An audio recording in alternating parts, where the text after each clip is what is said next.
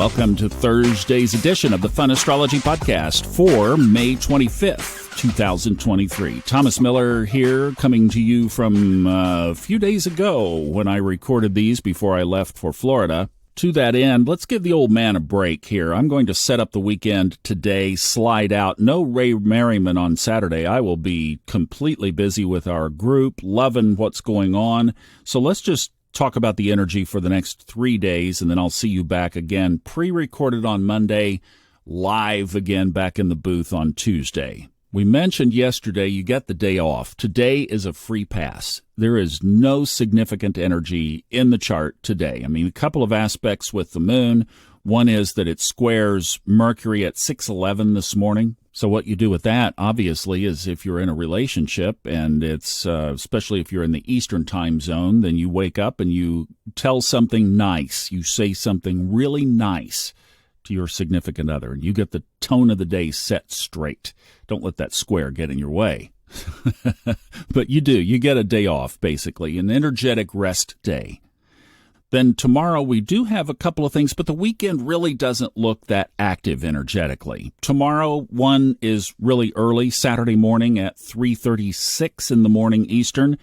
Venus sextiles Uranus. Now, except for our folks south of the equator, most folks listening to this will be asleep when that happens, when it's exact. So it will be there in the air a little bit today. So see, when you wake up tomorrow morning, this morning you get to practice. You get to say something to that special person in your life, that you love them, that you appreciate them. You get to say something nice around that square with Mercury. Tomorrow, you have some flowers ready. Do something, cook breakfast, whatever. But if you're in a relationship, have a nice surprise ready for your partner. And if your partner listens to this too, then you'll both be giving somebody something and it'll feel like the holiday. Whatever holiday you celebrate, or like a birthday.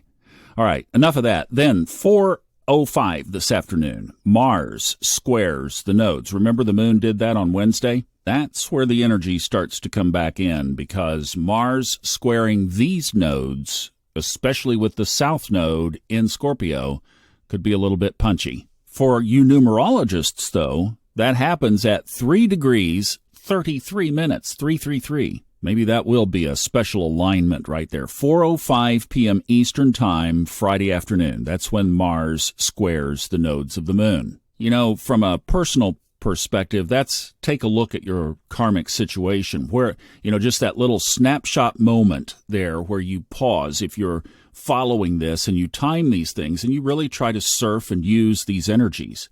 That's one where you stop and you just pause. Where am I on my path? That's a constant question if you're living your highest timeline. You're always evaluating that. And when you get off, that way you just only have to bump yourself back in. You don't have to do a radical shift. You're basically in alignment, and then in the human experience, we mess up, we have a moment. But these planets give us these beautiful opportunities to just stop and pause and realign. So you've already done the heavy lifting. You've done the bigger work. So this is one of those little bump periods where you come along and you say, okay, think about my south node. You get the context of that. For me, make love, not war. That's my, summary of my nodal path. So I look at it. Mars, the planet of war. Have I made war anywhere this week that needs to be cleaned up? Or in the past, has something been revealed? Is there new information? Any adjustments that I could make now and quickly and easily. Then tomorrow night, the moon enters Virgo at 11:05 p.m. Eastern. The moon enters Virgo. So there is going to be this desire over the weekend to get the house in order, to use that energy that we just talked about, to kind of clean up anything that might be lingering. Use it. It's there for you. Then another one that will be looming over the weekend, a little bit bigger impact, is Sunday morning early, 6:45 a.m. Eastern Time.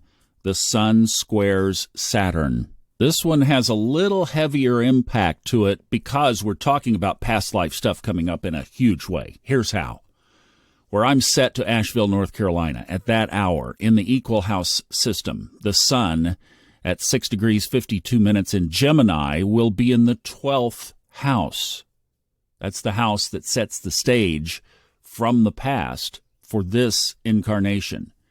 And that square is up to Saturn in the 9th house, We've talked a little bit about this in the Old Soul, New Soul podcast with Robert Glasscock, and he's writing a book on this, and he's done a webinar on it that I think is still available from Kepler. But the ninth house are those characteristics that are set in the 12th house before you come back into this life in the first house. It's a complicated formula I'm not going to go into, but basically what this is saying is if you just look at it on the surface, wow, this is really about bringing up some stuff from the past. So that's, like we said, a larger theme for this weekend. It's baked into, and you can start using that applying energy now. You've got the perfect setup for it, too, with that moon entering Virgo. You've got the examination point of Mars squaring the nodes, and then you can use this to go back in your perspective. Now, some of you have asked about this hypnotic combination between past life regression and present life astrology, like what's your chart now? Stevie McGuire, and her website is iperceive.com, and that's EYE-perceive.com. She's also listed under the readers on the funastrology.com website, and that's probably your easier place to get to her, does this. And she did it for me, and it was quite impressive. So if you'd like to explore that around this, I just wanted to make that resource available to you. I doubt that she could book straight up under that energy, but at least you could initiate the process and start to explore some of those things in the past that definitely affect us today.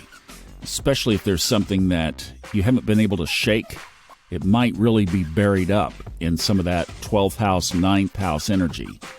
Might be a good time to start to unlock that door. Guys, have a great weekend. I will be recorded on Monday, but I will be back on Tuesday, waiting and anxious to get back in the saddle. Thank you guys for listening. Have a great weekend. Bye-bye.